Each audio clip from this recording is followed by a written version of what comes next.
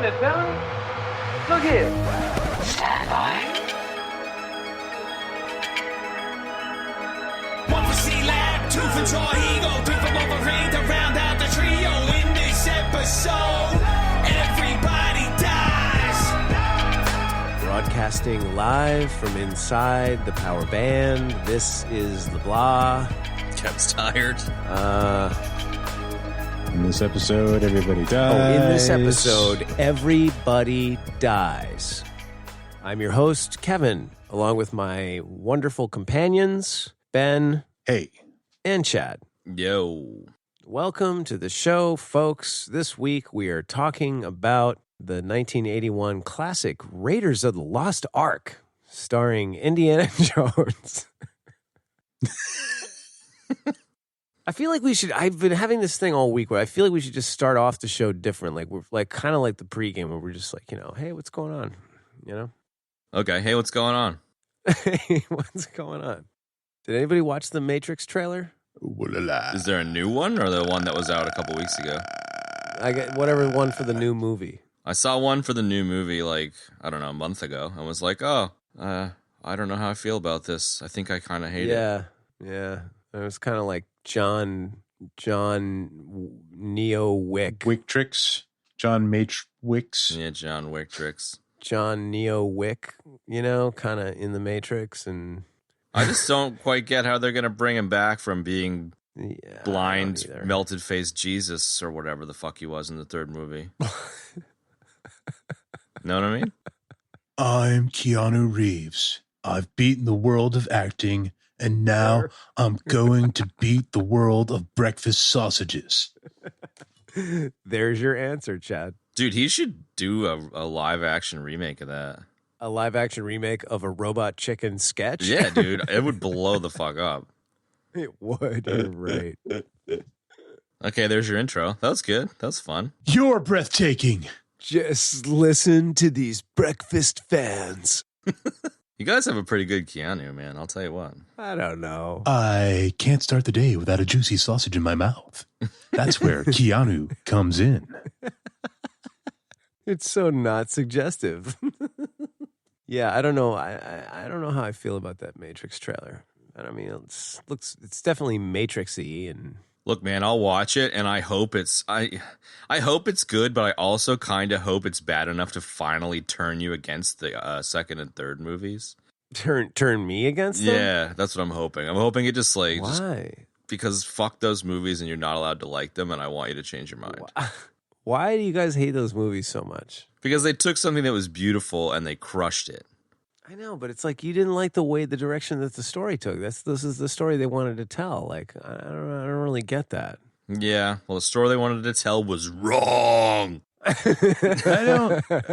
not that upset about it personally. I was at the time, but I also don't know if that was the story they wanted to tell. It kind of seems like they made the Matrix and then it's like Lost or like, something. oh, you want to make more movies? Okay, we'll write something. Yeah. All right. We kind of had a thought of how we were going to do this, but now we got to do it. Okay. Well, there's going to be albino twins in it. And then, yeah. Can you go to the leather shop and latex shop and buy some more latex? Yeah. All right. That's all we need. All right. Let's go. Let's start shooting. All right. Yeah. And then Harold Perrineau is like, there's Neo doing his Superman thing again. Who's Harold Perrineau? Is that the key master debater, whatever? No, that was Harold Perrineau's. He was the guy that he was Link. Merovingian? Link, I think. Oh, Link? Who the fuck was Link? He took over because Tank or Dozer or whatever the operator dude that died in the first one. So now he's the new operator on the ship. I'm already bored talking about this. So maybe you're right. Evidently Tank or fucking Septic Tank or one of those two brothers in real life, like, has this really crazy conspiracy theory video up about how, like, I don't even remember what it was about, but he's lost his fucking shit. Birds aren't real. About how the studio fucked him out of a role or something. I don't know. It just sounds like batshit crazy. Oh, that sounds a little nuts, man. I don't know, man. I don't know. We should do those movies someday. Maybe not one at a time. Maybe we should do like the first Matrix as an episode and then like the second and third Matrix as an episode, just to kind of not have to suffer through two movies. But Well, why don't we do that? Like, and we could, because Ben always points out that we foolishly start with like the third movie or whatever, Not the today. second movie. Like, yeah, why don't we just do the Matrix and then do the next one and then the next one and then boom. Consequently, this is probably the only time watching the second one first might have been better for me because that's the first one that I saw. For Indy? Yeah. Yeah. Oh, interesting. And a good segue. Anyways. Indiana Jones and the Temple of Arcs. Machines! I didn't... Death. Oh, wait, we're already all dead. We just talked about the Matrix for 5 minutes. What am I saying? We did. And you brought it up, so thanks, Kev. I know. Yeah, Yeah, so I'm Kev. the ringleader of the death. All right, so let's see. Matrix, neutron bomb. You did make a good Neo, though, that one Halloween there. Oh, that was pretty tight, right? Oh, did you do a Neo? Oh my God. Can you dig up a photo of that? It's better than that. I don't know if I should say this on the air, but You have a video of you doing Neo Kung Fu? Are you wearing it right now? No, I'm not wearing. I'm not wearing it right now. Hey, have you guys seen the new Matrix trailer?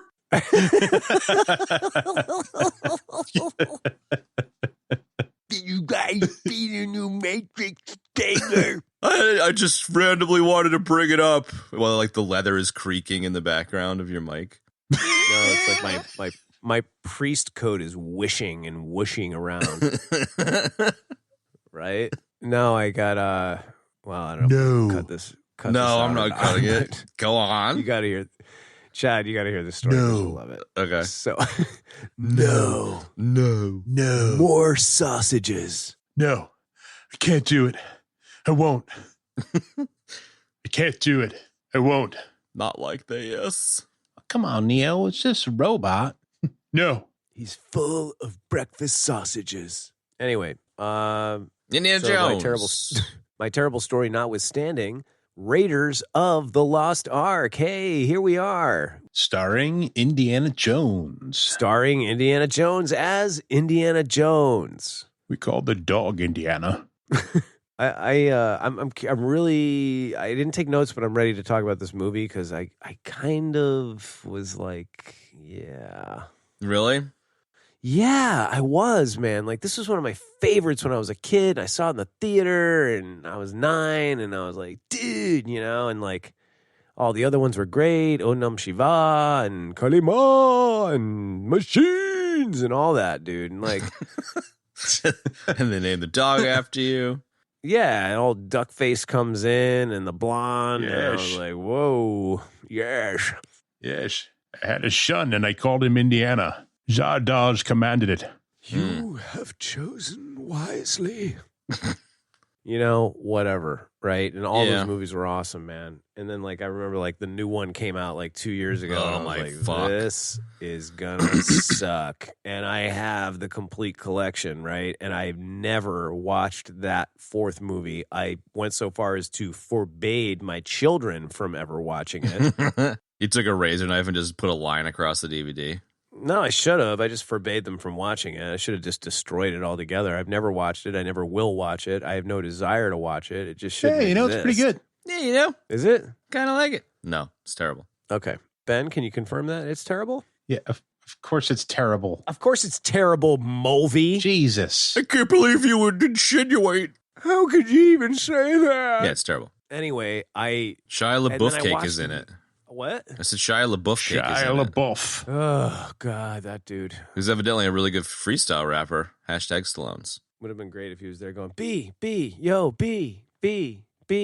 For the record, I don't actually hate Shia LaBeouf, but he should not be in Indiana Jones. Anyway, I thought these were the most amazing movies ever. And then I watched this last night and I was like, firstly, it was Blu-ray quality. And I got to be honest, I really prefer most of my movies in regular DVD quality at this point in my life. And Too crispy. Why is that? everything looks too hyper real. Did you say, why is that? Yeah, why is that? Because I feel like everything looks, and I was surprised at this movie because like most stuff, like in 4K especially, like I've talked about this before, it looks like I'm watching the actors on the set, like they're on the set, and I don't want that. I want it to like look like Fantasyland, like a movie. You know what I mean? Right, but And- like regular HD, I think is fine. Mm. Like 1080p is fine. Yeah, I agree with you, Ben. And normally, like regular HD, like most of the stuff we watch is like that. But for some reason, like this, it just looked strange on the Blu-ray, and maybe that was part of it. But I was beyond that. I was just like, God, this is kind of like this dialogue kind of sucks, and like I don't know. I wasn't as jazzed about it as I thought I was gonna be, man. Like this was always the one that I held as like, this is the greatest Indiana Jones movie. Shush, shush. But like this time I was just like, what was the zhuzhing? I like how you're zhuzhing I don't know, there. whatever. It was like my nerd spasm. Did you just turn into what's his face's impersonation of Richard Nixon? Wait, who's impersonating? I don't know. I can't remember, but there was like, Are we talking like an SNL guy or? I think it was. Yeah. Yeah. The whole jowl thing. They always did they always did a good job of making fun of him on The Simpsons, I thought. Oh, definitely. And Futurama. Yeah, there you go. Richard Nixon called us that. Express my favorite for that particular beverage. Anyway. I kind of felt that. I don't know. I still dug it, but I kind of feel where you're coming from. Yeah, no, I dug it, but I just was kind of like, wow, this isn't as cool as I remember it, And I was bummed out about that. Go ahead. This is the one I've seen the least. I've probably only seen it 4 or 5 times, and I definitely didn't see it for the first time until quite late in the game. I grew up on Temple of Doom just on TV as a youngling and loved the hell out of it. Mm-hmm. And then was super pumped on Last Crusade as like a tween. Totally. Because we're getting more Indiana Jones. And I don't know why I just never. Maybe it was just because it was like I was so reliant on what was on the television and in theaters and didn't maybe do the video thing as much. But yeah, I just didn't watch this one much. I do think it's stronger than Temple of Doom, which I have watched recently. Like Temple of Doom, I've got a ton of nostalgia for, but it's schlockier. This one's definitely stronger than that in terms of just filmmaking. I had never known that it won like 67 Oscars and fucking is in the Hall of Fame as the best movie ever, which I think maybe like that's a little bit of a stretch. Isn't a decision that is aged well, but no, I agree with that. But yeah, I enjoyed it. I like the swashbuckling, airplanes flying around, maps, old school movie feel to it, and maybe just forgot just how much of a constant action set piece movie it is. Over to Jar he go. Yeah, maybe it hasn't aged as well as I would have hoped. I still love it. I think it's a little like, it kind of has a feel like an old black and white sort of movie as far as like you were talking about the dialogue and, it's kind of slapsticky. It's like a lot of slapstick comedy and little jokes and all the action sequences and such. So I was definitely kind of picking up that vibe. I saw Temple of Doom first. We went to the theater to see it, and I didn't see this until like a couple years after on VHS.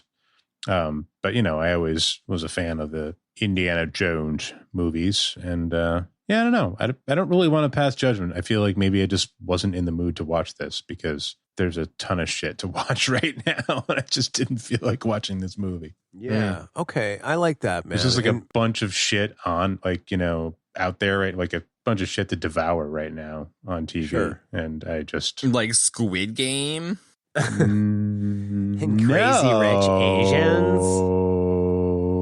Crazy Rich Asians was all right. I didn't see it. I'm just kidding. It was pretty good. You're right. I definitely kind of vibe with the idea that there's so much other stuff on that things like this are just going to be like, I get that. I totally agree. Yeah. The only counterpoint I would say to that, Benny, is that like I've watched nostalgic movies recently, maybe not ones that are as old as this, but I've definitely been like, yes, and like I need to watch something like this. And then I watch it and I'm like, Yeah. This one I didn't, but I like what you said that maybe I hit it at the wrong time. Like I definitely appreciate the, kind of old serials vibe, that they were kind of going for, that they used to watch in the 50s and shit, like I'm into all that for sure, man. I don't know. Maybe you're right. Maybe I just wasn't, timing was off, whatever. I was tired. Who knows? Yeah, that's definitely the vibe I got this time. I watched it twice, and I kind of didn't pay full attention to it on either watching time. But I think Nice. I think I picked up on one watching what I missed on the other, sort of a thing. So Okay, yeah. Yeah, it just didn't hold my, I just wanted to do something else. I don't know. Maybe I just wasn't in the movie. I wasn't in the mood to sit through a movie, I guess, Yeah.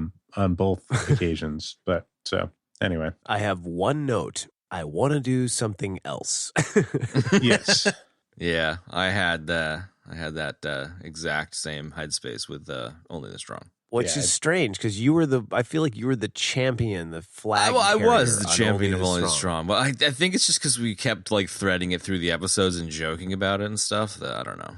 I mean, I definitely enjoyed Maybe. it. But, I feel like now we've got like a whole string of movies that you're like, dude, we gotta do. Oh, that was the worst shit we've ever done.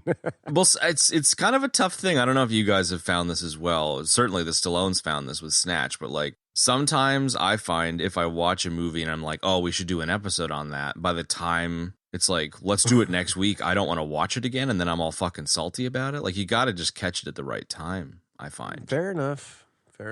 Maybe we need to just don't watch the movie the next time you think of that.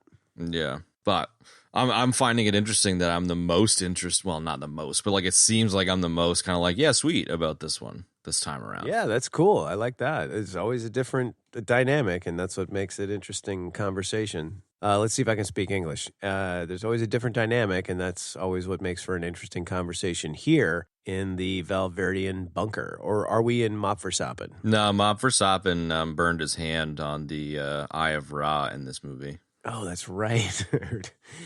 Dr. Jones. Dude, that guy was a God, what creepster. freak. Yeah, he was. Yes. Excellent creep.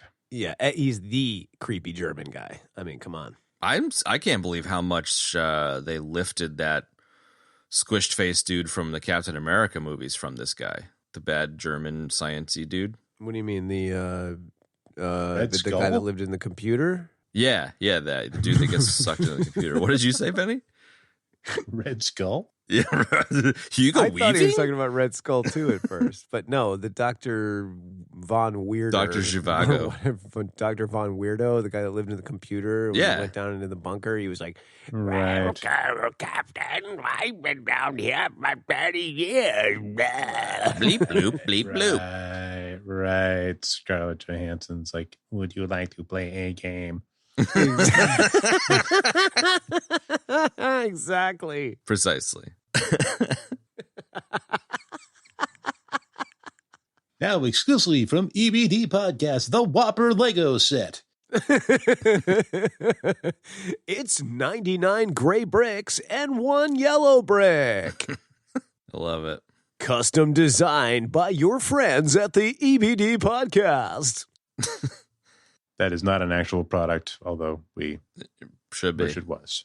You could probably do that. You can buy the individual bricks online now. We should like buy them and on-sell them. Ooh. It sounds like a great idea. You probably make a few bucks. You get sued to fuck for the rights to war games. But To the Whopper. I think the strengths of this movie, one, it came first, and it was one of the first hors d'oeuvres to the old school swashbuckling adventure movies. It's so it seems, or so I've read. I have no idea. No, you're right, dude. That's right. And then two, I feel like it's balls to the wall adventure, so it's exactly the kind of thing that audiences, regardless, will be all about, as opposed to think PC shit that will only have a niche audience, like the original Blade Runner, say, or something. So like, you can see how it did so well. It's just like, I didn't realize just how constant the action is in this. And then Yeah, it is. you mix in the 30s kind of aesthetic with the awesome vehicles and shit, and like, I could totally see how it was popular and did well and whatnot. Yeah, man. And I could totally see the appeal. And it's got fucking Han Solo in it. Exactly. Yeah. And Marion is pretty awesome too, dude. She's super charismatic. She is, and he does make a comment about believing in hocus pocus mumbo jumbo in this movie as well. There you go. And it's just a bunch of mumbo jumbo. It's a bunch of superstition, kid. Now go back to Sand World and eat your porridge. Hey, Uncle Owen, what's for dinner? Flying through hyperspace, sound like dusting crops, kid. Yeah. A little Star Wars. Mark bet Hamill going does there. the best Harrison Ford impersonation. Does he? Nice. Oh, God, it's so good. Dude, we have a video to corroborate said claim. I'm sure that we can You share know, something. I'll drop it on the show notes for sure, yeah. But he's really good. Don't drop it now or we won't see Kev for 15 Get minutes. the mannerism down and everything. Exactly. Nice. Yeah, I want to see that. Yeah, you're right, Chad. I would. Don't share it now, Benny, because Kev will disappear. No, I will not. Don't worry. Okay, so He'll just do it himself anyways. So Yeah, there you go. That's true. Touche. Jack. Nailed it. All right. So go ahead. You were saying something good about this? I guess. Strengths. Yeah, Strengths. Not to mention or maybe not to mention are you super familiar with kind of this old school serial shit, Kev? Because I know you're really into old school noir, for example, because I just have no experience or expertise with that genre. I never really watched any of that stuff. I'm sure it's true to that kind of flavor, but yeah, it is tuned to that kind of flavor. My thing is really more like old radio. That's really kind of more what I'm into. Yeah, you know, okay. it's like more like the noir stories. But like this is like before that, kind of. Like this is kind of like, or not really before that. Maybe after that. My impression was always that like they had these, these things called serials, and they called them serials because they were always sponsored by the cereal ads, right? And sometimes they were kind of short, but they were like these little, cheesy adventure shows. You'd go to the movies on Saturday and you'd watch them because, there wasn't like, TV wasn't really like that much of a thing. It wasn't like you could watch, the shit was like on HBO 20 times a week or anything. yeah. So yeah, that's about all I know from it. I mean, I definitely now as like a alleged man, like I can see the influence there and, where that all came from. And I think they kind of did an updated version of that. And I think that that's very cool for sure. Like taking that concept and being like, let's kind of like make this cool. It worked. It I see the definitely worked. appeal. It's totally like a kid's, like the serials were, I would imagine, were very kid oriented, kind of like Lone Rangery and stuff, I'm presuming. And then this was very, I don't know. It's kind of like, this was kind of like a kid's movie for the kids that grew up, the kids that grew up watching it. And now it's like an adult version of the kids stuff that they used to love, maybe.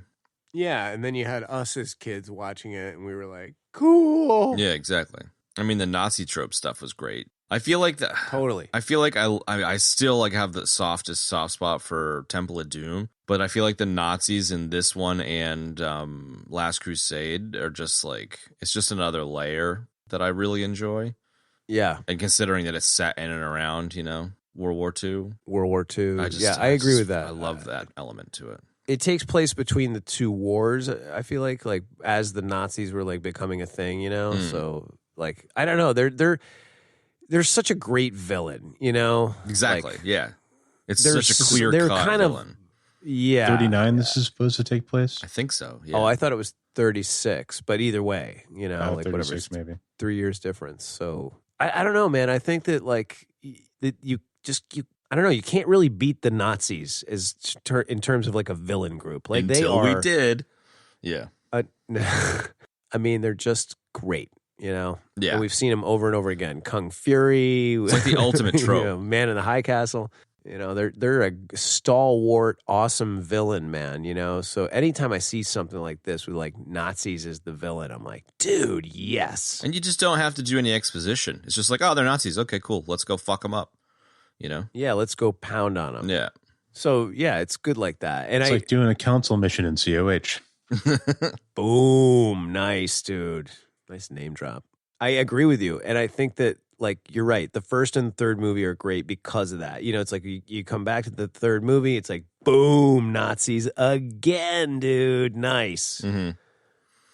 Whereas the second one got kind of weird with all the like super weird like Indian voodoo black magic angle, monkey brains, and the stones, and like this is more food than these people eat in a week, and she's all like Indy.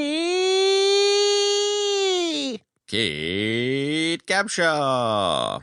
Good old Biddy Snapshaw, dude. Yeah. So I enjoyed that. I enjoyed that a lot. And I think It set the Yeah. stage for this one for me in this watching. I was like, yeah, cool, I'm on board. In regards to the Nazi thing, the movie is worth the price of admission just to see the look on Wolf Kaler's face before it melts off at the end of the movie. Totally. When they open the Ark. He just does, he makes this, like, he has this look. It's priceless. Totally, man. The guy that played Dietrich. Is that the guy, the creepy guy with the glasses with the burned the hand on the medallion? No, he plays Dietrich, the like Waffen SS fucking chisel faced German trope dude. He was great. Chad, The casting was so good. Have the best descriptions. I don't know. I'm just making it up as I go along. Unfortunately, I missed the whole thing, but I'll hear it later, I guess. He was the chisel faced no. fucking Riri German dude. Riri. I'd love to take the opportunity to say the vehicles in this movie are so fucking great, dude. Like, I love how Definitely. Indy's starts off on a biplane and then ends up on that, like, I don't know, spruce goose seaplane passenger plane thing, and there's just so much amazing Totally. vehicles in this movie. Oh man, it's awesome, man. Yeah, just all that. So great. I agree. Like the vehicles are like, they're classic, they're vintage, they're junky, they're disposable, they're explodable, they're metal. Yeah, They're awesome. tin you know? buckets, Millennium Falcon-esque. Yeah, those old trucks, all kind of junky with canvas and wood and metal, and it's like just begging to be blown to shit. You gotta love that. Yeah, The Flying Wing. that crazy old Nazi Yeah. flying wing thing at the end was, or that towards the end was so cool. Oh, the thing that looked like the freaking what's it called, dude? I'm just gonna leave you out there to dry. Thank you. Thanks, man. It looked like the what do you got? What do you got, man? Can you concentrate? No, it's like the Fucking. I love how we were able to like subtly tease you away from the point you were trying to make and just say like 65 times. Like, you're gone now. You don't even remember what you were talking about. You don't even know what movie you we're talking about. sidetracked me today. nicely, dude. That was a full-on Jedi mind trick, man. No, it not looked the like droid you're looking for. Yeah, exactly. This better be good. Oh man, it's not good. It reminds me of this craft from this kids show, man. Octonauts. Oh, no. What is it? It looks dude? like the Octonaut mobile. You know what I mean? No, dude, it's not the Octonaut mobile. It's like the Manta something, the Octo Manta. It looks like a goddamn Manta. Dude, Ray. That's the there point has of my whole never thing. been a better lead up to a death on this fucking Wow. show than that. You just fucking killed Steve Irwin. You just I did. Your Octonaut Manta Ray just fucking went back in time and killed Steve Irwin, dude. Just fucking stabbed him right in the heart. Right in the fucking Yeah. heart. Belden's Jewelers.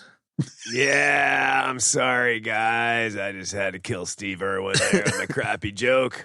I'm going to call this the Octo Manta Steve Irwin killing death. Wow, you do have Duncan goes. you got away with words there, Kev. It's worth the trip. Dude, Hey that's guys, I'm awful. Jason Momoa. I just want to tell you about new Dunkin' Golas. They are radical, covered in tats and facial hair, Put a little whiskey in it. and some reconstituted zombie flesh. Oh, by the way, they figured out a way to make Aquaman cool. Oh, God. All right. And don't forget his brother Randy, who works up in New Hampshire. Renting out Works side at the by quad sides. dealership. Yep. Oh. Okay. Okay. Okay. Okay. So you guys had the sidewall puncture, right? yeah. Yeah. Yeah. So the Nazi plane was Oh cool. man, that's terrible. You got to go see Randy. Randy Momoa. Hey, you might know my shit. brother. Look, I'm sorry, guys, but I'm gonna have to charge you for this one. Hey, maybe you know my brother Jason. Crickets. That's a death. Ooh, you got some deaths piling up. They're all mine. Welcome Milking to my it. stupidity. Milking it. All right, vehicles. Anything else? Vehicles. Yeah, go ahead. Talk about something cool. Vehicles. They're cool. They get you. They take you places. In There a you go. vehicle. I think there's a good little mini segue to Sack where I loved and completely forgot. You like that? I loved how Seg to sack. segue to Sack. Yeah, I loved how the Seg-to-sack. vehicles Segwasack. went. Yes, Stack. Is that remind you of anything from Octonauts, Kev? Holy shit, dude, you're so Tommy boying this whole thing now. Stop. I put my Keep going. head up a bull's ass. Wait a second. You can get a good look at a T-bone by sticking your head up a butcher's ass. I just want to lead you to say that again because every time you say it, it's crickets and you die on the show. Well, I'm dead again. Then. They're dead again. The Dude, vehicles. we just started, and Jesus I've got 5 fucking Christ! deaths Let me already. say the sentence. All right, then talk, dude. You're the one that started to Tommy boy out. The Go. vehicles that turn into the maps with the dots on them. I just love the maps. The kind of map travel dot bullshit. I think that's great. Oh, with like the red lines, Yeah. like going over the map, like superimposed over like the footage of the vehicle. Yeah, I but love the that, vehicles man. are all Very like these old like school. shitty airplanes where they stop like 16 times on their way to Nepal or whatever. I just thought it was great. Yeah, It's it's great. like twice, dude. But you know what? I will say that now you're rekindling my love of this film, dude. Yeah, because you're Yeah. bringing up all this cool stuff. What the hell is Perrineau doing in Nepal? I don't know, man. I mean, that's kind of Drinking Sherpas under the table, bro. Town. Yeah, that was kind of random. I mean, it's super random. Like, why there? Maybe she was a special effects makeup artist, and she was the one that was hired and paid to apply the Asian eye makeup to that one random extra in the bar fight scene, rather than hire a dude that's like Nepalese. Maybe that's it. Actually Asian. Yeah. Yeah, right. We've talked about that problem before. Mm-hmm. That was just pretty weird. In fact, it was the center point of our Remo Williams episode. As it I turns mean, out. to be fair, it's a pretty good movie to talk about that kind of thing in. No doubt. Yeah, definitely. But I don't know what she was doing in Nepal, but I love her. I don't either. She's just like the most adorable person in the world. I love her fake drunkenness and her tough cookiness, and she's just great. Bro, she can put him down, kid. She can put him Yeah, down. nice. And she's got a fantastic smile. She does. I fell in love with her in Scrooged, man. That's just a classic. Yeah, she is very adorable and endearing in Scrooged. Yes. Adorable and endearing. She was great. Period. She was great casting. Yeah. Yeah, she was. She was good. She wasn't a super She- useless damsel in this one versus the Capshaw. Capshaw was pretty useless, and she wasn't in her final form yet in Temple of Doom. So No, she hadn't merged with Stallone yet. I guess I just, eat your soul. I did appreciate that Marion was a bit badass. Marion was badass. Yeah, Definitely, Tough little man. cookie. She was. Yeah, she was. That's what made her cool, and part of what made her endearing, man, was that she was really good at screaming indie while she was getting toted through the market in Marrakesh or whatever in a jug or a whatever the hell that was, giant basket, laundry basket, the laundry hamper. There you go. Warhamper, 40K. She's war hamper 40K. Warhamper 40K. It's all about laundry. It's all about ultra humongous pauldrons. Pauldrons of laundry. are dirty. Let's wash them. My pauldrons are full of stinky socks. And I roll a 20-sided die. You must smell them raw. I have no idea what Warhammer is. Clearly, like. I don't know clearly why you I'm do. saying that. It's exactly like that. Yeah, Is it? that's what Sorry I to all understand. I of don't our Warhammer fans out I there. have no idea. We're just being goofy. Mm-hmm. They have armor with gigantic shoulder pads. Pauldrons. Pauldrons, if you will. You know, Nice segue, dude. Back at the economy, the groundskeeper used to wear giant pauldrons. I was going to say something else. Yeah, that's good. Whew, man, where the You guys hell get that were out of your we? system. this is good. It's good. We're barely talking about the movie. I love it. I know. Mhm. That seems to be our killer combo.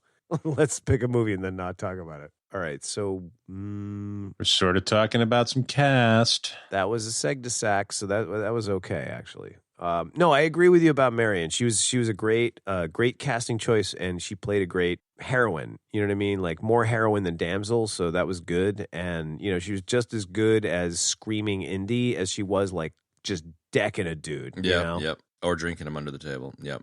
That too, man. You know what I mean? So yeah, she was good like that. She was always in there with him doing it. You know, whereas like the second one, you know, with Biddy Snapshaw, we just get, you know, Indy. Yeah, she's just covered in spiders and shit. I'm not hungry. It's kind of fair, to be honest. What? Not being hungry with the shit that was served at that table. It was like snot. Chilled monkey brains. Chilled monkey brains. All right, focus Trinity. The opening scene was pretty sick. Like I think until Super Troopers came along, this has got to be one of the best opening 10 minutes in a movie in a long time. I agree, dude. And it had Doc Octopus in it. Yeah, Which was Alfred Molina. bonus. like that's a pretty sweet opening scene. Was he in the Octonauts? Yeah, he was. Yeah. Is that what they called him, Doc Ock? Yep. That's it, dude. He was right up there with Yakisoba, freaking Obi-Wan sounding Captain Bear. And that's gonna be Dude. another death Just for Cal. folks. Leave the Octonauts on the table, bro. All right, I'm not. How can I do it now? It's such a source of comedy for you guys. Oh my god, that show sucks. All right, what? That show doesn't suck. It's awesome, man. Listen, dude. If I got to sit and watch kids shows, I would pick that one over many of the other ones. Sure, but I think the difference between you and I is I'm like, Ethan, we're watching Texas Chainsaw Massacre. Come on, dude. Exactly. That is the difference, dude. You're like, let's watch something that doesn't scar you. And I'm like, come on, dude, let's watch the new Batman trailer. It'll be great. Exactly. It's indoctrination of violence and death. Ethan, I ever showed you Faces of Death? Hashtag parenting. All right, Ethan. I think it's time for you to see Clockwork Orange for the first time. Yeah, time to go to bed. Oh my god, dude. Poor kid. It's Kubrick, Ethan. You'll love it. Kubrick made that with, toddlers in mind. Yeah, I mean, it's got milk in it, you know? It's just like, he likes milk. Kubrick. He made it with he maxed out his credit cards to make that movie, dude. That's what made him a star. That's it. And then he went and got a basket of fries with Oh, John man, my Boorman. favorite. With John Boorman. God damn, bro. Hey, why not, dude? Everybody loves John Boorman here. Excalibur. Excalibur. To my ready room. I tried to segue us into the opening scene. I tried. No. We're there. We're still there, dude. We're on. Back when I was Leondegrance, Oh, goodness gracious. I yelled, Cumberland! Problem is, we're just too soaked in Patrick Stewart like all the time. Somehow fair. he seems to. It is fair because somehow he seems to worm his way into every single episode. It's not our fault. It's not Jarhigo's fault. You know why he wormed his way into this episode? Why?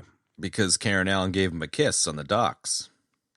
That's right. That's true. And because And then he went and sang a British tar. British tar is a soaring soul as free as a mountain bird.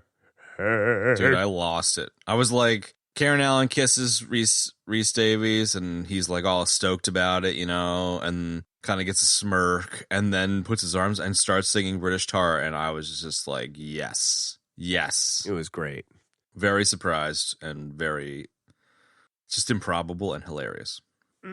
Like, who does that? Who breaks out into fucking song after a girl gives you a kiss? Well, him and Captain Picard. That's it. After Data gave him a kiss? Sure. And that's how we got on Patrick Stewart. That's why Patrick Stewart is sprinkled through this episode.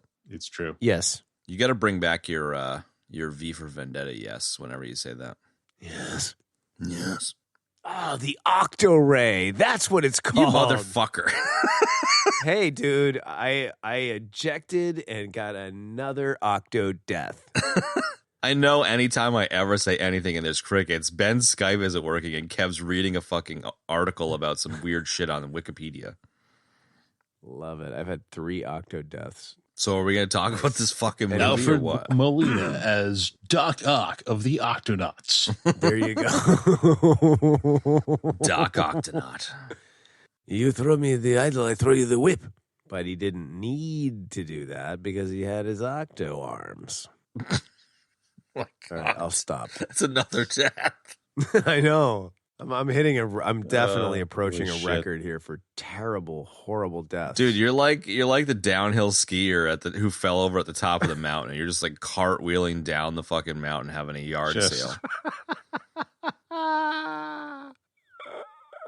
What do you got over there, Benny? I'm stuck halfway between the Wide World of Sports Agony of Defeat thing. Nice. The Agony of Defeat, and literally is just showing a guy like a skier tumbling down a hill. Yep. And then there used to be this, I wonder if it still exists. There used to be a website you could go to called Falling Dude. Really? And it was just a guy falling, like an animated guy falling down a hill to like techno music.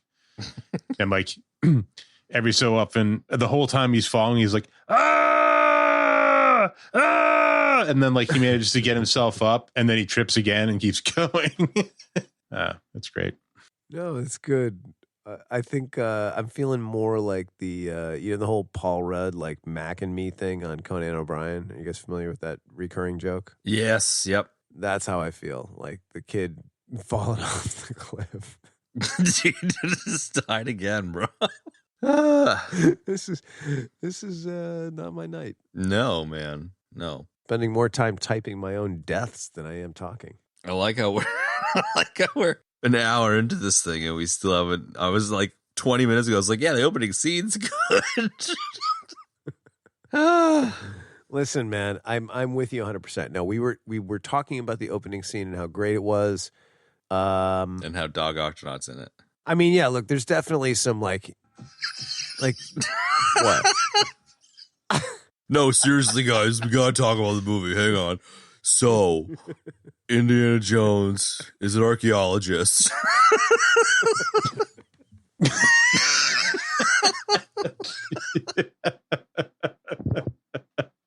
God, I just fell over on the floor laughing. That was so good.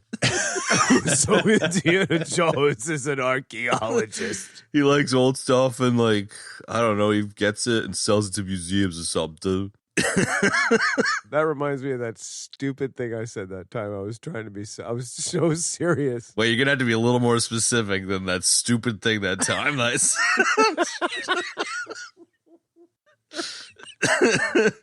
It reminds me of that time I said something really fucking dumb when we were trying to talk about a movie. Because that was like half the comments I made tonight. It's our fucking show, bro. So was the dog a ghost? That was like my all-time favorite. So wait, was that dog like a real dog? Or was it a ghost dog? My all-time favorite was the no, I know what it was, Chad. It was the okay, so we know that palindromes are the same word Backwards and forwards. Like, yes, we do. Yep. So palindromes are the same forwards and backwards. Right, guys? Hang on, let me write that down. Hey, guys. Hey, don't forget to smash that like button. Like and subscribe. Oh, hit the bell. Good times. So the opening scene. Excellent, excellent stuff. I was going to say that I love when Alfred Molina grabs the dart out of the tree and he's like, the poison is 3 days fresh. They must be close. It's like, huh? What? The who? Like, what is he talking about? The poison is 3 days fresh. They must be close. So the dart's been there the little arrow's been there for 3 days. That means they're fucking long gone. Yeah, man. Right? That's a graphic Kev right there. It my totally friend. makes sense. I mean, come on. Wow. It's clearly not my night. Okay, so let me switch. Let me switch gears. I'm trying to do, like, I love when this happens. Like, I love when I'm spazzing out, and then Chad's like, "Come on, dude, let's talk about the movie." And then I try to talk about the movie, and then you just keep making more fun of me, and it just disintegrates. Yeah, it is fun. Oh, I'm so glad you're happy. Anyway, because now you've got me jazzed about the movie again. So that's good. I'm serious. That's good. I'm Such glad. a tool. I'm glad that you're getting jazzed about it. I think one of the things that I secretly like the most about the show is that often we change each other's minds, which I like. I dig it. No, I do too. So I remember like when I first saw this movie, but in subsequent viewings as well, because I guess out of the three of us, I've probably seen this one the more than the two of you, and I loved this movie for years and years and years. And you are rekindling my love of this film. And like one of the things that's just so great is like all of the booby traps in the beginning. Yeah, man. totally. Like one thing that's great about Indiana Jones movies, period, is the sweet booby traps. And we just get a whole bag full of them in this opening sequence, which is fantastic. Yeah. And crazy thick spider webs and like tarantulas everywhere, you know? Jesus. And Indy's just like, he brushes him off with his whip. Yeah. He's like, it's fine. It's fine. They're not snakes. sees They're a not snakes. Yeah. Yeah. Minox. Man, chewing on the power cables. Yeah. What? Oh my God. By the way, Han Solo is in this movie. I always liked the little, you know, he brings the bag of sand in so that he can like put something down that weighs the same as the idol or whatever. Yep. Yeah, and he just kind of like it. he just kind of eyeballs it and like dumps like a arbitrary amount out of the bag and then gives it a whirl. Like, wouldn't you Not do that, Yeah. right? Yeah, I mean, it's like if you knew like basically that was the mechanism that was going to set off a trap, wouldn't you have some kind of an idea like how much the idol weighed, and maybe you would have actually just brought something that weighed that much? Yeah. Or just grabbed a rock outside. I mean, my God, dude. But I kind of like it Right. in a way because it sets the stage with him being such a like, I don't know, balls to the wall adventurer James Bond type, you know? He's just kind of like, yeah, it's about right, you know? And he's like figuring out all the booby traps, and it's just, yeah, it makes you just It's kind of funny. He's like really confident about it, and then yeah, super confident. There goes the planet. Yeah, and just like runs past all the darts and shit. Yeah, right. No, I'm with you, Ben. I think it's I love how he does the whole like reach into the bag, pull out the sand. He's not really looking at it, but he's like confirming that it's sand. And then it just throws it on the ground. Yeah. You know what I mean? It's not so Yeah. much that he's like, I better take a little bit out. It's more like sand. Yeah. Whew. Okay, here we go. All right. Yeah. Hey, do you think I get hurt if I That's jump sand, off that all right. balcony? Kind of vibe. Hate sand, I do have a bit of a gripe of rough and it's coarse. I like crushing it in my hands. I have a bit of a gripe about the giant boulder, which is such an iconic Indiana Jones scene. Totally, man. But like he kind of What's your gripe? Indiana Jones is under the door and then stands up and like is kind of under the ramp of the boulder. So he's like, hang on, let me run in front of this boulder real quick before, you know, like instead of just like staying there while the boulder rolls and you just go behind it, if that makes sense. Yeah, I had the same thought, dude. And then I very quickly realized that if he didn't, he'd get trapped in there. Why? Because the boulder gets stuck. Yeah, At it the end or lodges something. in the entrance. Yeah, okay. Right, Benny? You want to break the tie here? Yeah, no, that was exactly what went through my head when watching it today. Yeah. I was like, Yeah, why doesn't he totally. just stop? And then I was like, oh, right, it's going to plug the tunnel closed. I love how it took us all 20 years to figure that out. Yeah. I don't think I ever really thought about it much before. I was just like, oh, yeah, I action didn't movie. either. Yay. It's a really fake looking boulder, too. Really oh, it's fake, terrible. yeah. But it it's really great. looks shitty. But it's like good shitty. Yeah. There's a lot of effects that don't hold Paper up, but I mache. kind of find it endearing. What about the effects holding up? Just all of the effects in this, like it's just so old that I just kind of I like that the effects don't hold up in a way. I don't know. I thought they held up pretty good. Like all the booby traps are cool, and like the various different, you know, Blood and guts. levers and the like the light and like, you know what I mean? Like all that stuff was neat. A lot of it was cool. I guess I'm more referring to the shot of them getting on an airplane or something, and you can tell it's like matte painted in, or like the airplane's painted into a scene or whatever, you know. So just kind of like it's all shot on set, I guess. Sure. Well, there you go. Say yes, like I V didn't- for Vendetta. Yes. I didn't really feel that at all, actually. I guess I didn't notice it. because the effects were so good. What? See? Yeah. This movie is great, Chad. Wow, talk about a drop-off. I'm just like, oh no, are we blow by blowing this shit now? Or I don't know.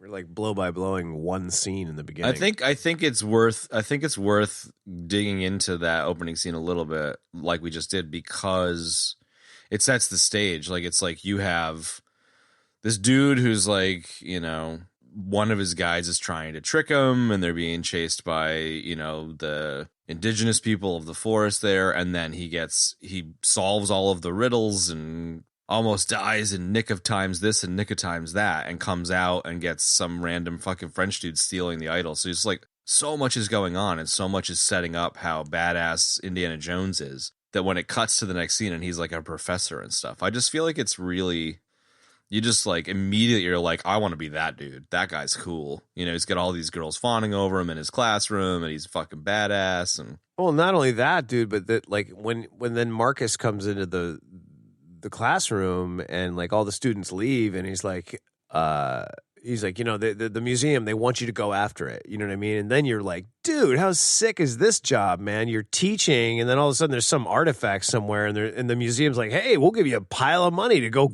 grab it for us. And he's man. like, time to grab my whip and all my shit. You know what I mean? Like, it's like old school adventuring, exploring, Shackleton kind of. It doesn't get any better shit. than that. Oh, your classes? Oh, don't even worry about that, dude. Somebody will sort that shit out. What about your house? Somebody will sort your house out. You're fine, man. Go get the golden bleep bloop of Blingington. Yeah, and here's another freaking bag of money. I mean, whatever, dude. It's sweet. Yeah, and you don't even have to think about that stuff. That's what's so great about it. You're immediately along for the ride. Yeah, who's going to take care of the cat? Doesn't matter. Who cares? Somebody, not you. You're going to be off getting this dude gold from Tales thing. of the Gold Monkey with the seaplane is going to, you know, watch his cat for the weekend in exchange for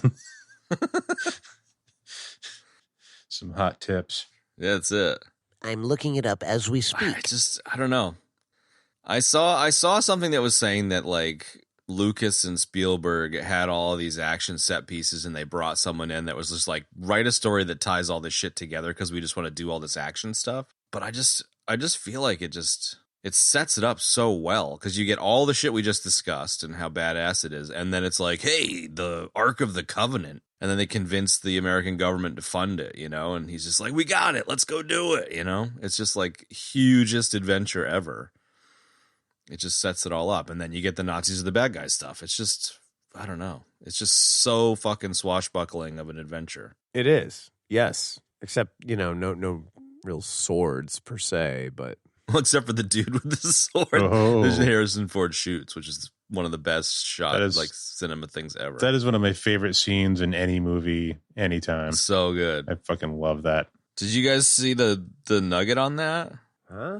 Yeah, there was actually supposed to be like a big fight scene there, but I don't know what was, I don't remember what the reasoning was, but wasn't that Harrison Ford's idea to just shoot him? Yeah, evidently the stunt man spent fucking weeks practicing for a huge fight scene, and the whole crew got this really bad case of dysentery. So like Ford was just like shitting all over himself, right. and he was too sick to do it, so they just shot him. And I agree with you, dude. It's like one of the most iconic moments in cinema. It's fucking so great. It's great. So great. The guy's just like, ha, ha, swinging his sword. Just fucking pops him, man. Oh, God. And the reaction of the crowd, too. They're just like, huh? You could do that? This is so good. Yeah. Yeah, awesome Good stuff. What were you watching, Kev? I was looking at this. I totally got distracted. Tales of the Gold Monkey. Tales of the Gold Monkey, and then I was like, oh, I should probably open American IMDb. Adventure Drama Series broadcast primetime on Wednesday nights by ABC. There you go. Debuting the year following the release of Raiders of the Lost Ark. 82 to 83. And then I was like, I should open IMDb so I can like rip off Chad's nuggets. And then I saw that there was some Boba Fett show, and I was like, that seems interesting. Book of Boba Fett is going to be coming out soon. Jesus fucking Christ, dude. We're going to get you some Ritalin so you can focus on your own fucking podcast. It'd be like started the show and the fucking Ritalin. pregame. Be like, okay, guys, you ready? Everybody recording? Cav, have you taken your medicine? You feeling okay today, buddy?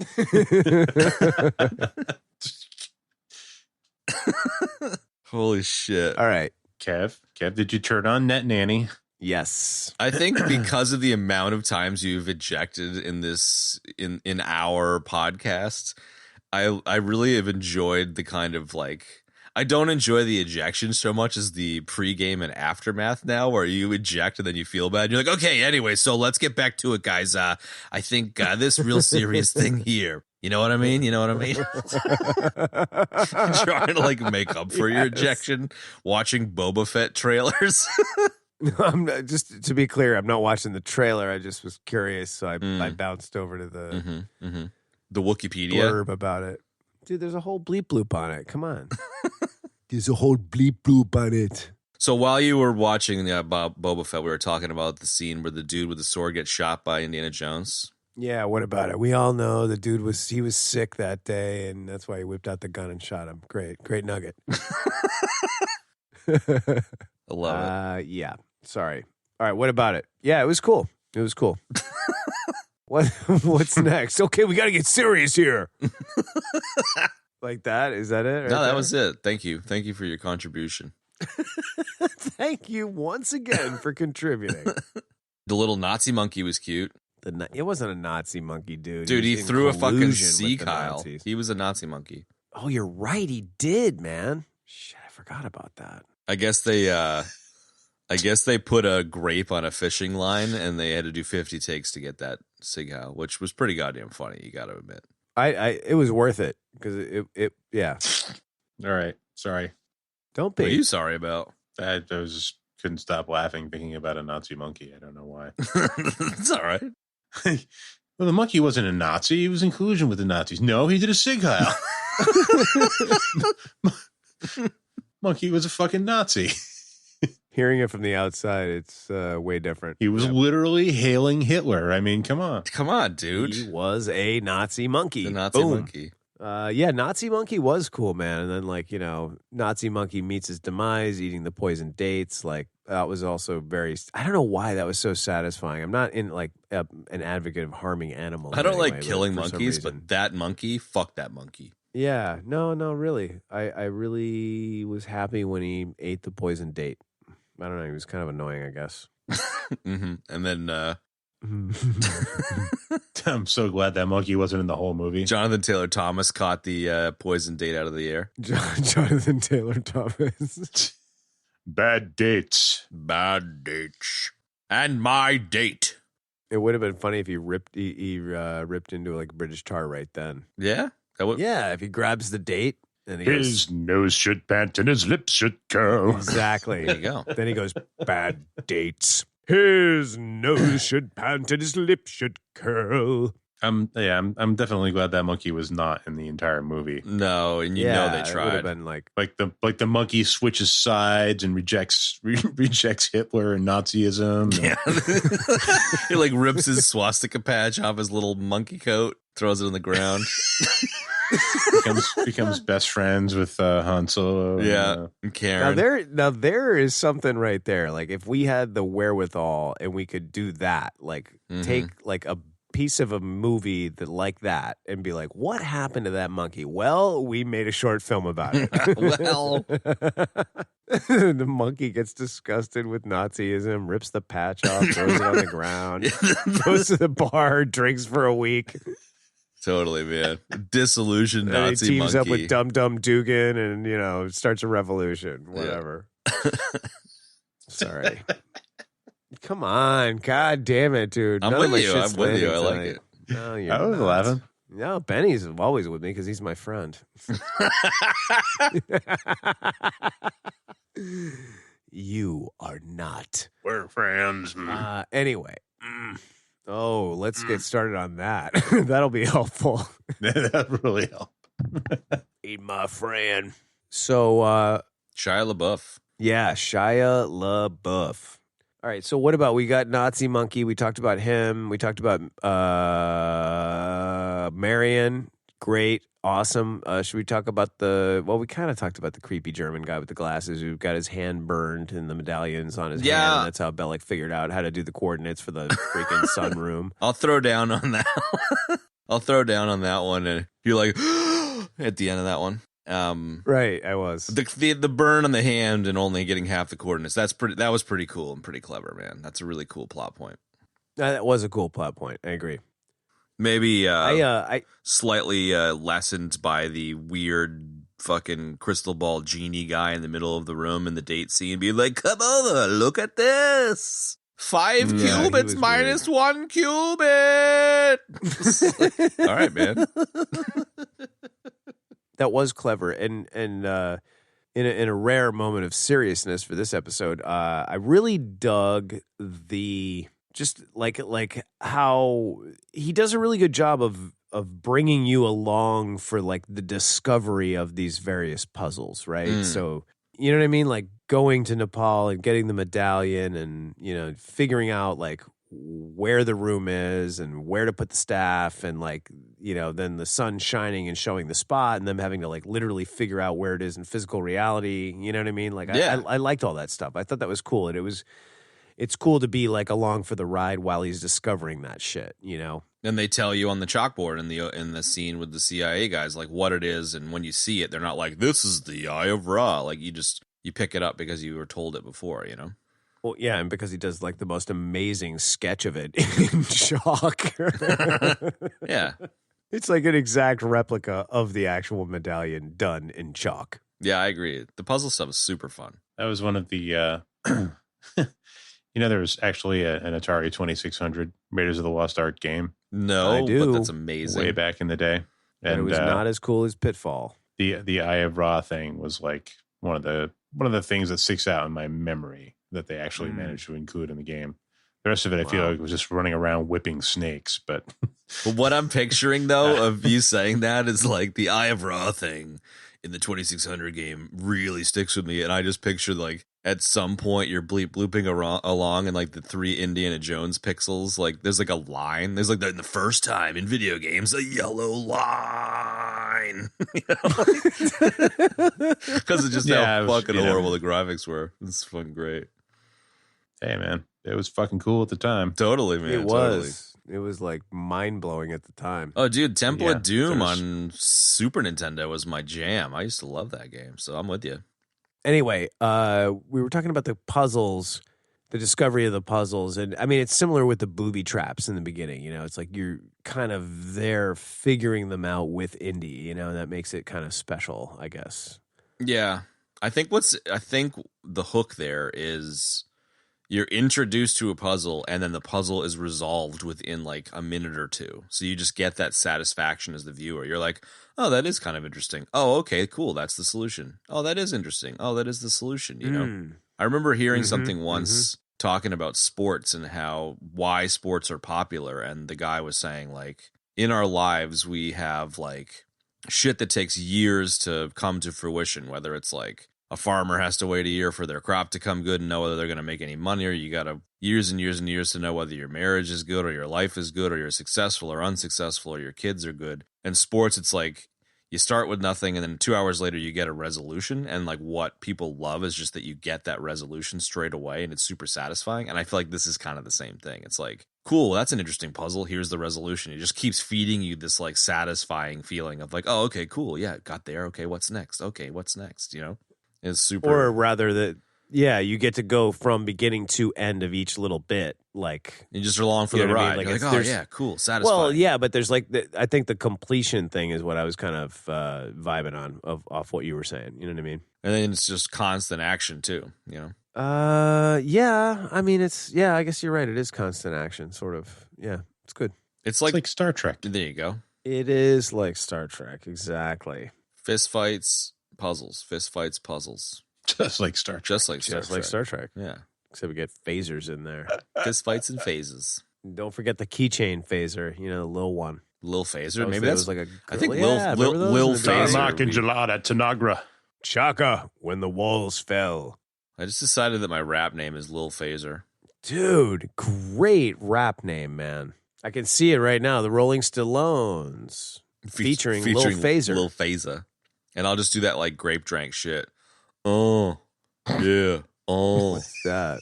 It's like the Grape new style drink? of rap. Oh, yeah. The new style of rap is called grape drink, and they just freaking Syrup. grunt. It's Syrup. moan. Purple syrup. Moaning. Oh. So we've gone from mumbling to moaning. Yeah, that's Mumble rap. Oh. That's all I do. Karloff, sidekick. Yo, my friend sent us a video the other day. It's all grunting and moaning. Yeah, Ren and Stimpy. Dude, my friend sent us a video the other day that was it was like you got to check out this video. Go to 1 minute, and it was this like really terrible Latin hip hop video, and I was like, why is she sending this to us? And then a minute into the show, a minute into the video, this person comes in, and it turns out it's like this kid that we used to know in Haiti, and he's got cornrows and a guitar, and he's like in Colombia doing rap music, and it was like wow, so amazing, dude. It was so bad and so funny. Wow. So that's why I want to be Lil Phaser. I'm feeling jealous of his success. Okay. Cornrows Haiti. The Rolling Stallones featuring Cornrows Haiti and Lil Phaser. Okay, anyways. Little phaser. All right. So is there anything else to talk about this movie? I think we covered it No, all that's thoroughly. it. Very thoroughly. Right? I mean, Yeah. it's like, well, what about the end? Like the melting faces and shit. I mean, it was kind of dope when he jumped off the ship and then he appeared on top of the sub. I like how he survived a 15-day voyage on a submarine somehow, either stowed away, eating his shoes, or something. Yeah. How did that resolve? I don't know, but I'm quite kind of catch okay that. with it. Yeah. What, he just like they got to wherever they were going and he was just Maybe like his hiding whip behind is some like boxes? a snorkel. Exactly. He unbraids his whip and it's full of Slim Jims or something. You could just live off of them. Oh, nice. There you go. That's why the whip makes such good snapping sounds. I guess it's time to snap into it. I wish I could do a good Harrison Ford impression because I'd come up with some sort of whip-related Slim Jim commercial right now. It'd be pretty good. But I'm willing to forgive that. I think one, Slim Jim should just make a Slim Jim whip I would buy Ooh, that. I don't even like Slim nice. that Jims, you could but I'd buy buy at a that. convenience store. And it's you know? only like available at fucking Cumbies for a limited time. 10-foot coil of Slim Jim. Yeah, exactly. It's like bubble Only- tape, but for only Slim at Jims. Cumbies, down on that farm in Cumberland. Man, they're making up some delicious items. Dude, do you know what, man? Right? If they came out with an Indiana Jones Slim Jim whip, limited time only at Cumberland Farms for $5.99, every motherfucking carpenter tradie person that hangs out in Cumbies would get one, and they'd just be whipping themselves in the face like Indiana Jones in Holy shit, yeah, dude. in the lion scene, Absolutely. man. It would totally be the case. Like everybody would lose in their fucking eyes to Slim Jim whips. No, it would definitely be like that. And I think, I mean, Jesus, I can feel the hole burning through my stomach from eating that. thing, man. Those things are Eating just like- 16 feet of Slim Oh. Jims. 16 feet of Slim Jim, and it's just like burning spice and chemicals, dude. Like eating through the freaking wall of your stomach. Yes. That's great, man. Kicking the shit out of all the other stuff you ate. Yeah. Exactly. And then you can just like, I see those dudes in there, man, and Scumbies, like just, you know, they're going to wash it down with a couple of those delicious taquitos. That's it. It's one of those things where they've got. So I'm going to need a 16-foot whip like Slim Jim, guys. And I'm going to need a couple taquitos to wash it down. Yep. And some whiskey. Mm-hmm. To pour in my You coffee. gotta wear the Slim Jim whip on your belt like Indiana does. And yeah, tear off a piece of it every now and Yeah. again. If you could somehow like Maybe brush some tarantulas on somebody with You just get Right? some gummy tarantulas from the candy aisle, man. there you go. Or you could like somehow whip the Slim Jim whip and catch the end in your mouth to grab a bite. Like that would be pretty Uh-huh. dope. Yeah. That's a forbidden maneuver though. That's how yeah. Anyway, So how yeah, did we get definitely need to there? make that happen. Wow. That's how we survived the submarine trip. There you go. Nice thinking there. Very kind of MacGyver-esque, Totally Rambo-esque plausible. at the same time. Right? It's kind of like everything's hidden in the handle, but everything's hidden inside the whip itself. Uh-huh. I love the like Indiana Jones gets off the pirate boat, swims over to a submarine, lives off Slim Jims for 2 weeks, beats a skinny little German guy up, doesn't fit into his costume, beats a bigger German guy up, fits into his costume, James Bonds around a Nazi base, and then is just like, hey, fucking move out of the way or I'll blow everything up, and gives himself away. I know. It's just like, what are you doing, man? Yeah. I love how he's unshaved and nobody notices. Like everybody's just like, hey, what's up? Oh yeah, you're another Nazi officer. It's like, dude, he's unshaved. Like, what the hell? Like the second guy was giving him shit for being slovenly. Like it seemed like he was when he knocks out the little dude and he's like trying to put his costume on, and the other guy comes up and starts yelling at him, and he like starts combing his hair and like trying to get his shit together in front of the guy. You're right. Sorry. Oh, I know what happened. I fell asleep. That's it. Ah, there you go. So the truth comes out. Yeah, and I didn't see the end of the movie. And that's it. I didn't even watch the whole movie. You're welcome, folks. I definitely saw the end of the movie. So, I mean, but we all know what happens at the end. It's like he runs around the boxes and then, like, you know, they open the shit and their faces melt off. Yeah, dude, they really love the face melting. Proper melt Dude, the off, face man. melting was sick. I remember seeing it when I was a kid and being completely mortified by it. Fair enough. Oh, yeah. Fair enough. It was 3 different horrifying deaths. How's that? Like chiseled McFucking Belloc's head just explodes. Yeah, and then the other dude's face like sucks in like a vacuum, and then fucking creepy computer dude fucking melts off like wax or whatever. There you go. Mm-hmm. Nice. Yeah, just those rays coming out and like blasting through all the Nazis. Yeah, it was great. Pretty fucking cool. Pretty cool. And pretty gratifying. Definitely visual effects of an era, but they still hold up. Oh, I think. totally, man. It's the nostalgia. And look on Dietrich's face is just It's priceless. And, And- like, oh! And it's a great comeuppance for Belloc too, because you just like you kind of like what a prick, because he keeps like Indiana. I feel like Belloc's like, yeah, I'm the best archaeologist. It's like, motherfucker, you just come in and steal the shit after Indiana Jones figures it out. Like fuck you, bro. You follow Indy, you wait for him to figure it out, and then you steal the fucking thing from him. And then you drop the same line every single time you do it. Yeah. And once again, we see, Dr. Jones, there is nothing which you can possess which I cannot take away. It's like, yeah, you said that last time, bro. I did? No. Oh, Jesus. Hey, Kev, knock, knock. Who's there? You didn't get your own joke. That's a great death, Kev, actually. It is. That's why I'm writing it down already. Yeah, I just the way it was lit and the look on Belloc's face where he's just like, yes, yes, and then his head explodes. It's just perfect. And then there's zero gore. Everything jumps into the Ark, and there's just like a clean set. All the Nazis are gone. No blood anywhere. No melted faces. Just Marion and Indy falling in love. It's great. Falling in love around some melted faces. Uh-huh. Don't look at it. Don't open your eyes, Marion. I love the giant warehouse full of identical crates. Yes, it's great. Yeah, and kind of weird, too, man. Yeah, but it's very X-Files-y. All right, fair enough. Yes. Our X-Files was very this-y. Yeah, that too. There you go. God damn it, dude. That is so... If anything's going to end up in the sizzle reel this week, it's that comment right there. X-Files Let me tell you very something. This-y. This-y. Brilliant. So my parting closing thoughts on this is I think Shia LaBeouf is not going to be the next Indiana Jones, and I think it's clear who the next Indiana Jones should be. Jason Momoa. It's just going to say Jason Momoa should be cast as Indiana Jones. Thank you, Betty. I agree completely. Hey, guys, I'm back. I just got finished shooting Aquaman. Hey, I'm an archaeologist now. Woo! And thank you for the gift of your water. And I'm going to have to charge you for that tire. I'm an archaeologist now. It's pretty sweet. When I'm not digging in the dirt, I'm drinking whiskey and riding my quad. I mean, I hate it when I get cobwebs stuck in my beard, but It's part of the job. Good times. All right, so let's wrap this up. Nuggets and deaths and ratings. Let's skip the bits and bobs. There aren't any. Kev's like, I'm really kind of liking this movie now. Skip bits and bobs.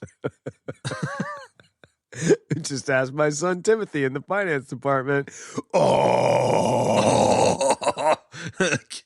Get out your fucking checkbook, bro. Pick a booger prize. That's it. So, no, we can do a couple of bits and bobs, man. I like All right, fine, whatever. I like the shitty little town that they're in the desert in Tunisia or whatever, where the villagers are all like along for the joke. You know, all the kids go in and stop Belloc from killing Indiana, and all the guys that were going to kill Indiana Jones are like, ha ha ha ha, the kids came. Now we can't shoot them, you know, and they like squirrel the truck away, and they all find it really funny, and it's just a really hilarious, ridiculous, trope-tastic town. Yeah, it was great. And I love.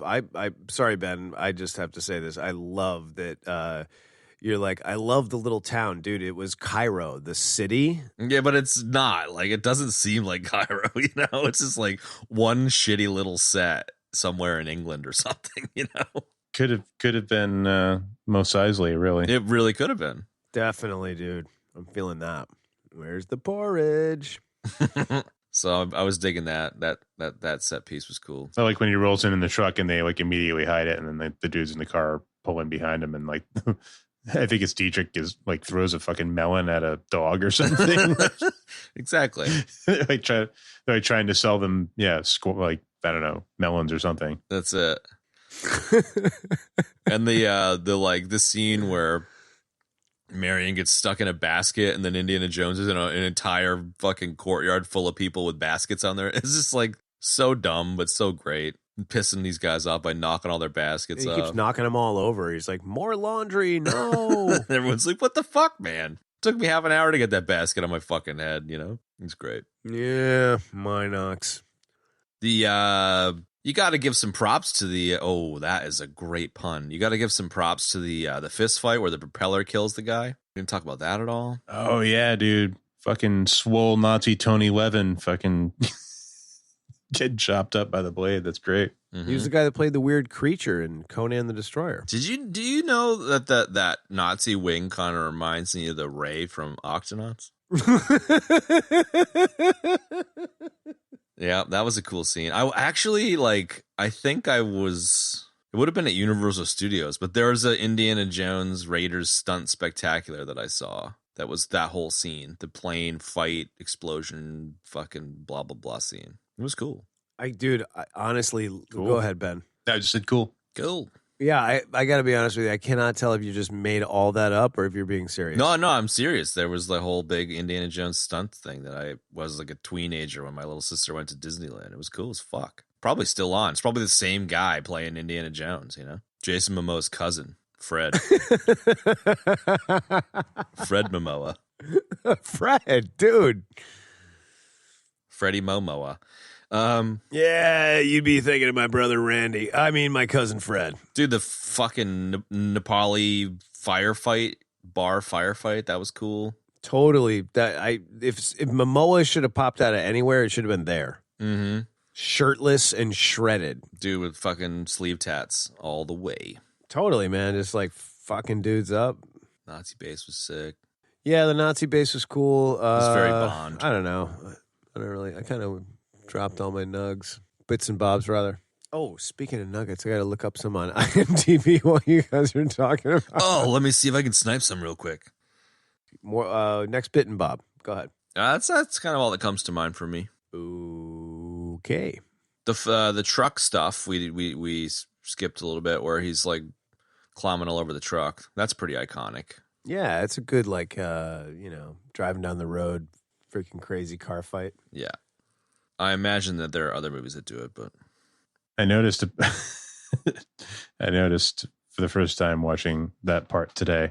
There's one point where like there's a bunch of Nazis on the side of the truck, like trying to crawl towards the cab, and they like do a close up on Harrison's face, and he goes like, and then he like, drives into the tree and like wipes them all off. Fucking smears them off the side. It's great. He just makes the funny. He's like, Love it. Nuggets? Yeah, sure. I don't really have any, but I remember seeing a few years ago that there's an Easter egg in the Well of Souls in the background. I think on like the hieroglyphics, there's a little R2D2 and C3PO, which is pretty cool.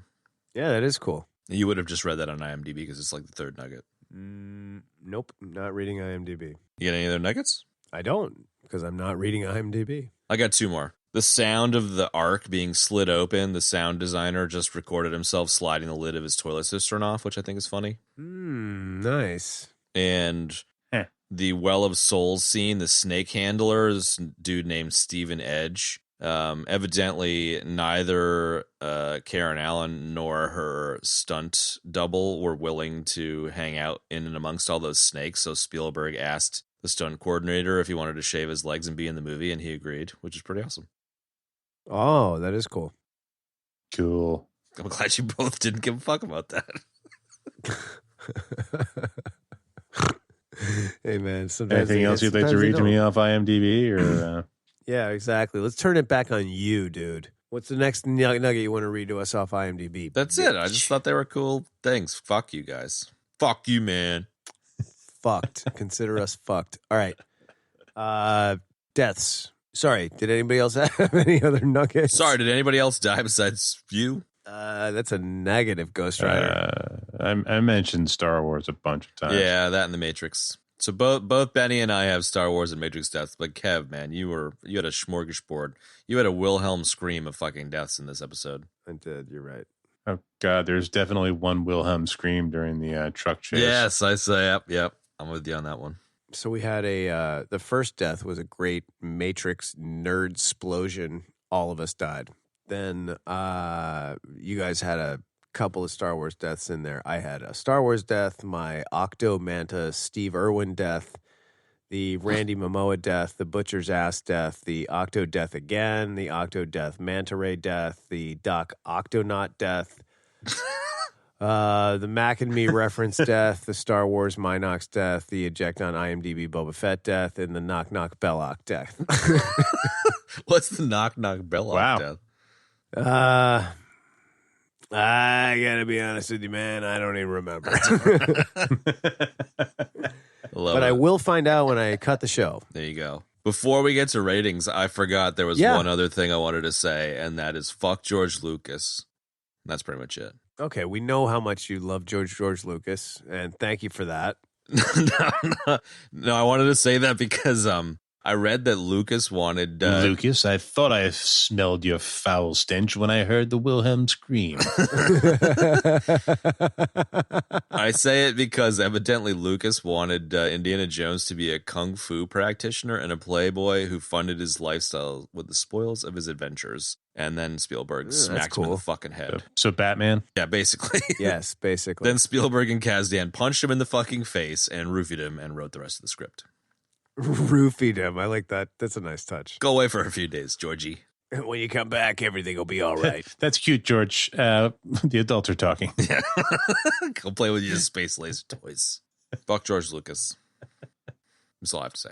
Okay. Ratings. George Lucas's love notwithstanding. Ratings? Ben, why don't you go first, Ben? Sure. This is a classic, man. It's a 9. Damn right. I wasn't really feeling it on this watching, but I don't think I'm gonna count my I don't know, chickens before they hatch. Just I wasn't super enthused about watching it this time, but I'm not gonna count that because I know it's just it's more of a fluke, and actually talking about it with you guys kind of got me pumped. Nice. Like I think if we had done like one of those stupid internet watch parties for this one, we probably would have had fun. What is that? What is a stupid internet watch party? What does it sound like it is? Well, it sounds like a bunch of people on Zoom watching a movie together or something ridiculous like that. That's what it is. Pretty much exactly what it is. Yes. Oh my God.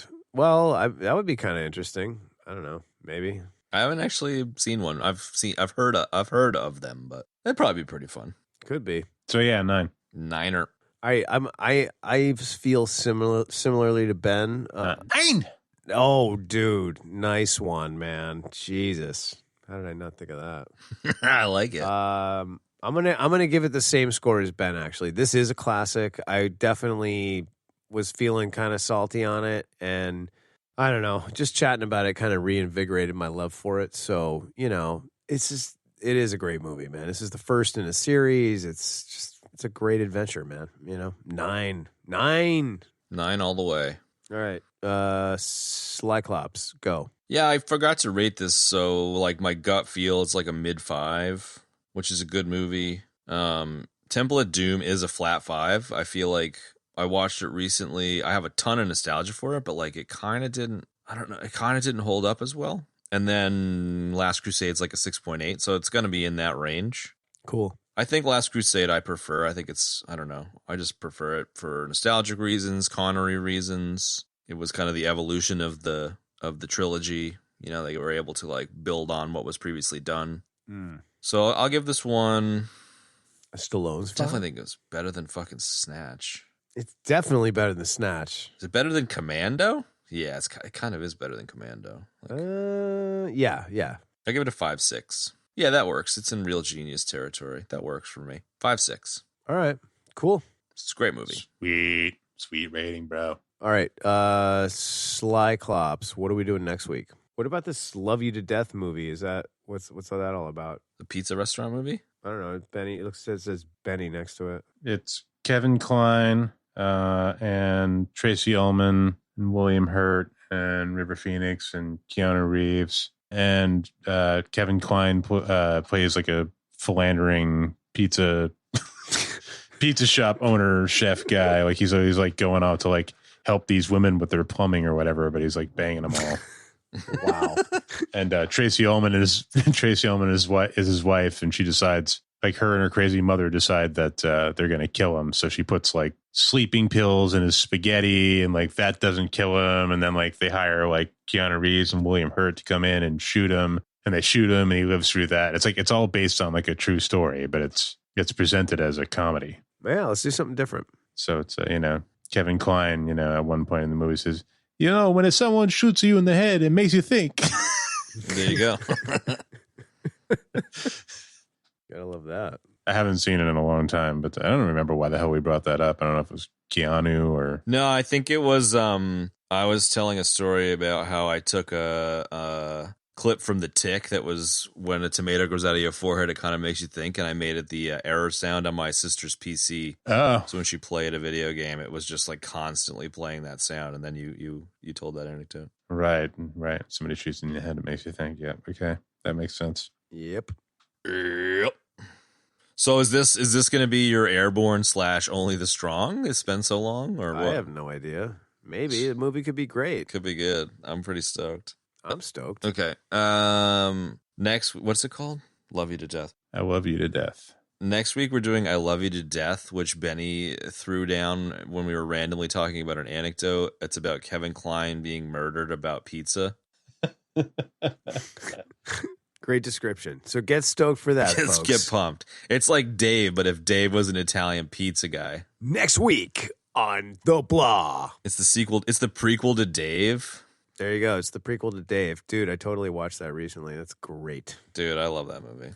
Love it. Well, there you have it, folks. Love You to Death next week. Kevin Kline, Keanu Reeves, William Hurt. What could go wrong? I don't know. Maybe we'll love it. Maybe we'll hate it. Who knows? That's what's so crazy about this wacky show. Anyway, stay tuned for that. And, thanks for joining us for this excellent rendition of Raiders of the Lost Ark. Where we barely talked about Raiders of the Lost Ark. Oh, man. So long for now. Good night. See ya. And that's going to wrap up this week's episode, folks. You can find the show notes in your podcast app, choice, or at our website, ebd.fm/134. If you'd like to support this great show, you can do so in a number of great ways. Check us out on Patreon. That's right, patreon.com/EBD podcast. You can also rate us and review us on our iTunes or tell a friend about the show, bro. I'm Jason Momoa, and I think you should follow these dudes on Instagram. They are awesome. You can also check us out on social at EBD Podcast. Don't forget to pop into Gorham, New Hampshire, and check out my brother Randy over at the Side by Side shop. Thanks for tuning in for whatever this was, Raiders of the Lost Ark, and we'll see you next week for a Kevin Kline movie. And we'll see you next week for a Kevin Kline movie about pizza. All right, later. And just to plug upcoming Indiana Jones 5, where I take over the role of Indiana Jones. Check that out. Stay tuned. Tats, beard, and all. Kingdom of the Sleeve Tattoo. Very nice. All right. Later. See ya. Bye. One for C-Lab, two for Troy, three for Wolverine to round out the trio. In this episode, everybody dies.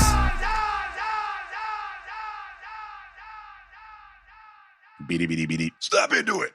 Sometime before Halloween, I don't know how this came about, but there was a conversation, and it was like I guess he had the Matrix code. Yeah, I remember from it. The second one. Dude, I'm sorry, but like it wasn't a Matrix code. It was like an S&M Pirates code.